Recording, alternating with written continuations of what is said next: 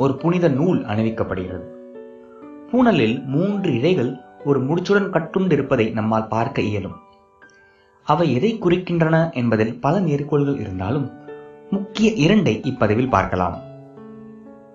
ஒரு விளக்கம் என்னவென்றால், இந்த 3 இழைகளும் ஒரு மனிதன் தனது வாழ்நாளில் வைத்திருக்கும் 3 கடன்களை எப்பொழுதும் நினைவூட்டும் வழியாக அமைந்துள்ளது என்பதே. ரிஷிக்கடன், தேவக்கடன், பித்ருக்கடன். ரிஷிக்கடன் அவர்கள் நமக்கு வழங்கிய ஞானத்திற்காக, தேவக்கடன், பித்ருக்கடன் நாம் இப்போது வாழும் வாழ்க்கைக்காக.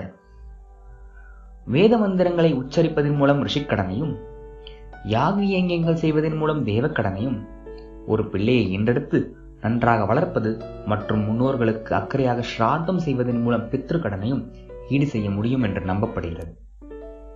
இதுதான் பூணலின் அந்த 3 இழைகளும் குறிப்பிடுகிறது. திருமண தருணத்தில் மேலும் 3 இழைகள் கொண்ட மற்றொரு பூணல் அணிவிக்கப்படுகிறது. பொதுவாக இது பிரம்மச்சரிய ஆசிரமத்தின் முடிவை குறிப்பிடுகிறது என்று கருதப்பட்டாலும் பல மேற்கோள்கள் அது மனைவியின் கடனை குறிக்கிறது என்று பதிவுபடுத்தியிருக்கிறது. ஒரு கேலிக்கு சொல்லுவோமேயானால், தாலி கட்டும் முன்பே மனைவியால் கடனாளியாகிறான் கணவன். இது ஒரு பக்கம் இருக்கட்டும். மற்றொரு ஆழமான விளக்கம் என்னவென்றால், பூணலின் 3 இழைகள் 3 முக்கிய நாடிகளை குறிப்பிடுகிறது என்பதே. இடா, பிங்களா மற்றும் சுஷும்னா. நாடி என்று சொன்னவுடன் நீங்கள் நரம்பு போன்று சிந்தித்து விடாதீர்கள். உடம்பை வெட்டினால் கூட உங்களால் பார்க்க இயலாது. மூச்சு காற்று செல்வதற்கு ஒரு வளையத்தக்க சின்ன குழாய் போன்று சிந்தியுங்கள். இடா என்கிற நாடி முதுகெலும்பின் இடப்புறத்திலிருந்து ஆரம்பித்து இடதுநாசிக்கு இணைக்கப்பட்டிருக்கிறது. பிங்களா என்கிற நாடி முதுகெலும்பின் வலப்புறத்திலிருந்து ஆரம்பித்து வலதுநாசிக்கு இணைக்கப்பட்டிருக்கிறது. சுஷும்னா என்கிற நாடி முதுகெலும்பின் நடுவே செல்கிறது. பிராணாயாமா செய்யும் பொழுது இடது நாசியிலும் வலது நாசியிலும் மாறி மாறி மூச்சு விடும் வழக்கம் தானே. அப்படி செய்யும் பொழுது பிராணவாயு இடா வழியாக உள்ளே வந்து பிங்களா வழியாக வெளியேறும், அல்லது பிங்களா வழியாக உள்ளேறி இடா வழியாக வெளியேறும். இதை மீண்டும் மீண்டும் புரிவதன் மூலம் நாடிகள் தூய்மையாகின்றன.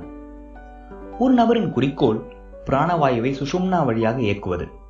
ஆனால் அது அவ்வளவு சுலபமல்ல. ஏனென்றால் 3 தென்படாத முடிச்சுகள் வழியை மறைக்கும். பிரம்மாவின் முடிச்சு, விஷ்ணுவின் முடிச்சு, ருத்ரனின் முடிச்சு. அவைகளை அவிழ்த்தால் மட்டுமே பிராணவாயுவிற்கு வழி ஏற்படும். யஜ்ஞோபவீதத்தில் இருக்கும் முடிச்சு பிரம்மாவின் முடிச்சை குறிக்கிறது. மேலும் அது பிரம்ம முடிச்சு என்றே அழைக்கப்படுகிறது. இந்த முடிச்சை நமது உள்ளே அவிழ்ப்பதுதான் நாம் மோட்சத்துக்கு எடுத்து வைக்கும் முதல் படி. நமக்குள் பிரம்ம முடிச்சு மூலாதார சக்கரத்தின் அருகே அமைந்துள்ளது.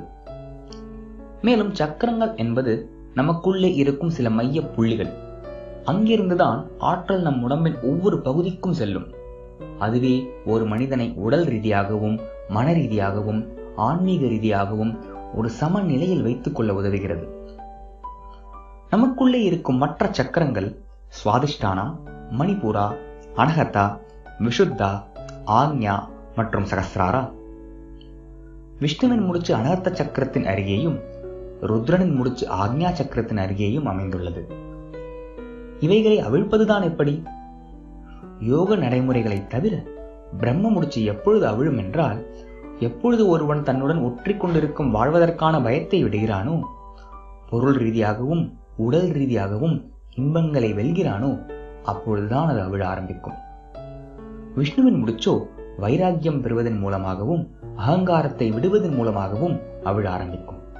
ருத்ரனின் முடிச்சோ ஞானத்தாலும் அல்லது சேவையாலும் பெறும் கர்வத்தை தொலைப்பதன் மூலமாக அவிழ ஆரம்பிக்கும். இவைகளை அவிழ்ப்பதன் மூலம் பிராணவாயு சுஷும்னா வழியாக செல்வதற்கு வழி ஏற்படும். எப்பொழுது குண்டலினி சக்தி விழித்தெழுகிறதோ, பிராணவாயு சுஷும்னா நாடி வழியாக சக்கரங்களை தாண்டி வெளியேறுகிறதோ, அப்பொழுது மட்டுமே ஆத்மா மோட்சத்தை அடைய இயலும். மோட்சத்தை அடைந்த நிலையை வேதங்கள் குறிப்பிடும் வார்த்தைகள் நச்ச புனராவர்த்ததே, நச்ச புனராவர்த்ததே. அவன் திரும்பி வரமாட்டான், அவன் திரும்பி வரவே மாட்டான். இதுவே கிரகத்தில் இருக்கும் ஒவ்வொரு ஆத்மாவின் இறுதி இலக்காக நம்பப்படுகிறது.